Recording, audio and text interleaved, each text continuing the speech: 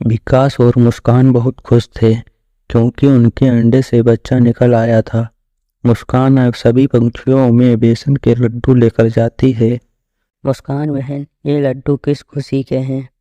पंखुड़ी, मेरे अंडे से बच्चा निकल आया है। आज हम बहुत खुश हैं। पंखुड़ी मुस्कान को बधाई देती है और मुस्कान वहां से चली जाती है। विमल और संटी के घर भी मुस्कान मिठाई देती है। ऐसे कुछ दिन बीत जाते हैं। कुछ दिन बाद मुस्कान थोड़ी परेशान थी। पिंटू के पापा, मुझे ऐसा लग रहा है जैसे हमारे बच्चे के पंख बहुत कमजोर हैं। ये तुम्हारा वहम है। जैसे जैसे हमारा बेटा बड़ा होगा वैसे वैसे पंख मजबूत हो जाएंगे। माँ, मेरे पंख में बहुत दर्द है और पैरों में सुन्नपन है और चक्कर भी आते हैं। पिंटू बेटा, बहादुर बनते हैं। आपकी माँ तो ऐसे ही कह रही है। आप खुद को कमजोर ना समझो। फिर कुछ दिन बाद मुस्कान और विकास अपने बेटे को लेकर ऊंचे पेड़ की तरफ जाती है। ऊंचा पेड़ वह जगह थी वहां बहुत बहुत बड़े पेड़ थे और सभी पंछी उसी जगह पर अपने बच्चों को उड़ना सिखाने आया करते थे। फूलों की टोकरी में अपने बेटे को रखकर मुस्कान और विकास ऊंचे पेड़ की तरफ पहुंच जाते हैं। खुशबू बहन, आप यहाँ क्या कर रही हैं? मैं अपने बेटे को उड़ना सिखाने के लिए यहाँ लेकर आई हूँ। आज पहली बार मेरा बेटा उड़ना सीखेगा।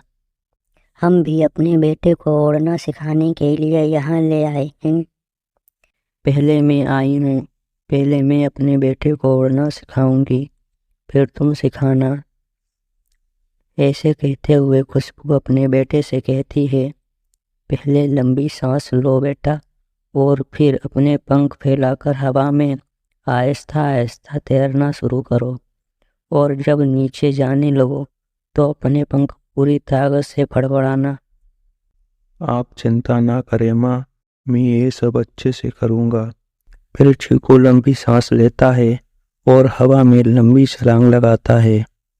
वो हवा में तैरता हुआ थोड़े आगे और थोड़े नीचे जाता है और फिर आहिस्ता आहिस्ता हवा में उड़ने लगता है। माँ आ जाएं, माँ आ जाएं, मैं उड़ना सीख गया। आप भी मेरे पीछे पीछे आ जाएं। खुशबू भी अपने बेटे के पीछे पीछे खुशी खुशी चली जाती है। ये सब बहुत जल्दी हो जाता है। बेटा देखो, चीकू ने पहली बार में ही सीख लिया।